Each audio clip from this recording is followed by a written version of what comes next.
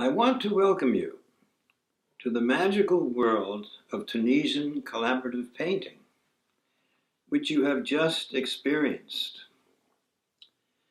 Tunisian collaborative painting celebrates the miracle of being alive, and it shows us what can happen when we forget our differences and become creative together.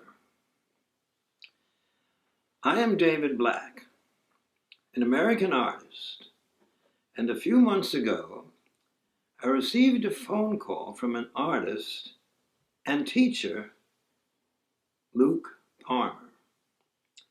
Luke had seen me conducting Tunisian collaborative painting sessions on the internet, and he told me he wanted to introduce this new art form in England. Well, he has just done that. And I don't know how. I call it Luke's magic. By way of background, in 2008, the American ambassador to Tunisia, Bob Godek, invited me to Tunis for a reception for my paintings, which were hanging in his residence under the Art and Embassies program of the U.S. State Department. Ambassador Godek also introduced me to a group of Tunisian artists who were practicing this new art form. I do not speak Arabic, and the Tunisian artists did not speak English. So we hugged each other. The awesome power of art had transcended all barriers of culture, religion, and politics, and had become our common language.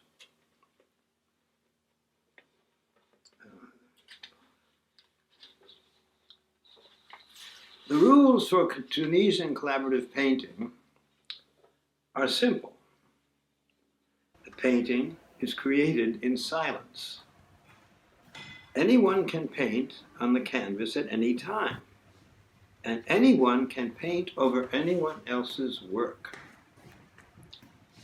One artist is designated an arbitrator in the event of a dispute. When any of the artists think the painting is finished, he raises his hand and a vote is taken.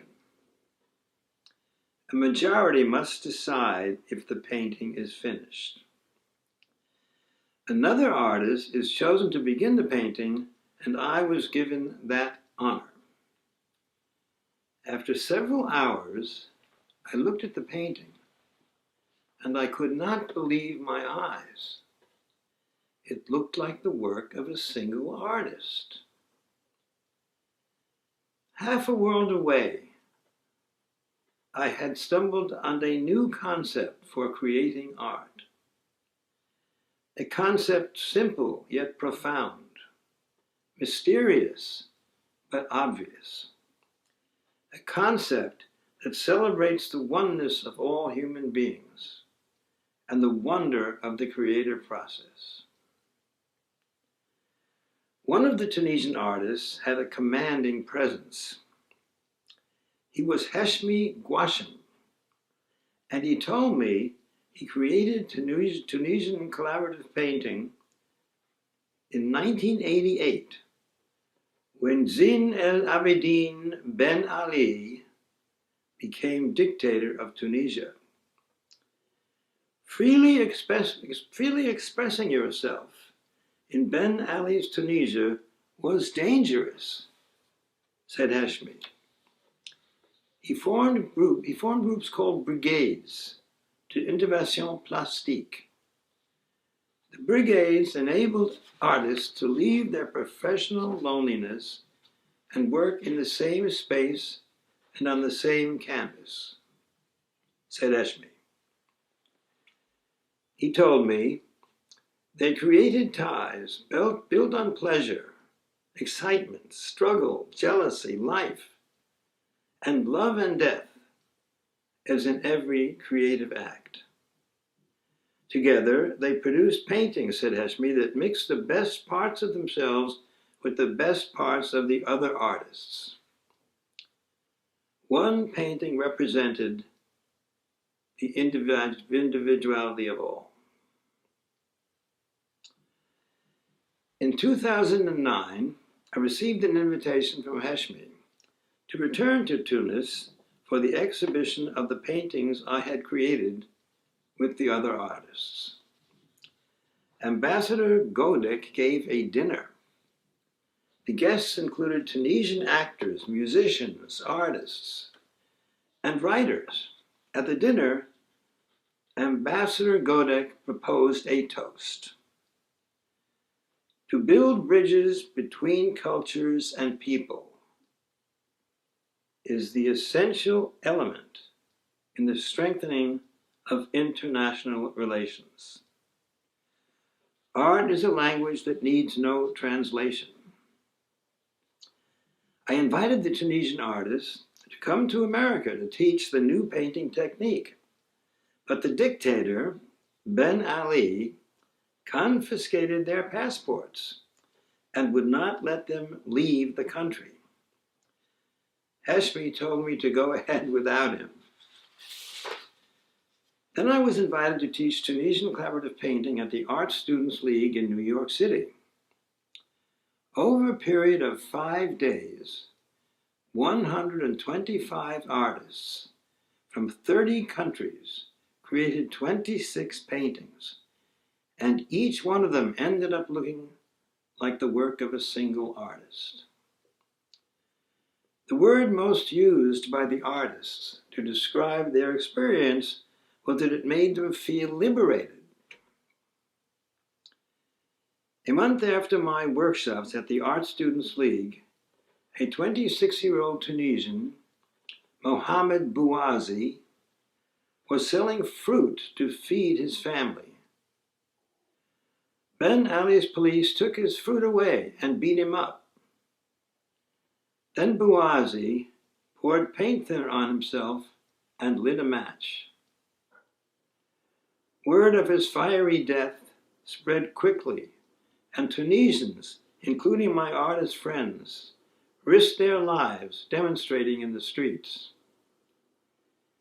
The Jasmine Revolution ended a month later, on January 10th, 2011, when Zain al-Abidine Ben Ali, the ruler of Tunisia for 23 years, fled the country. 3 weeks later, I received a phone call from Heshmi telling me the new government of Tunisia had returned the artists' passports. In November of 2011, I went to Kennedy Airport to pick up my Tunisian friends.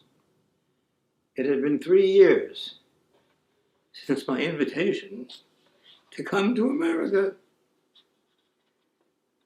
When I caught sight of them, I felt a lump in my throat.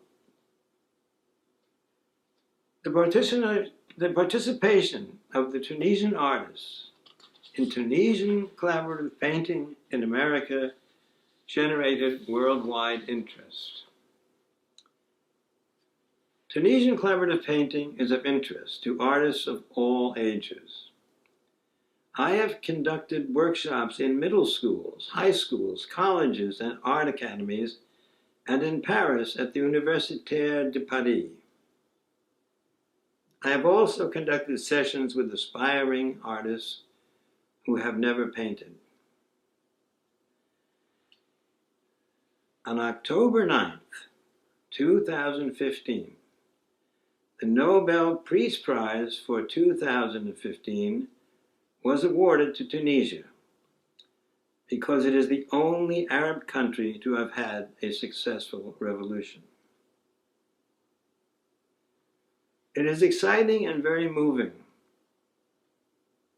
for me to have Tunisian collaborative painting happening in England, in the UK. My special thanks to all of the artists who have participated, and thanks to all of you who are here today And from the bottom of my heart, thank you, Mook.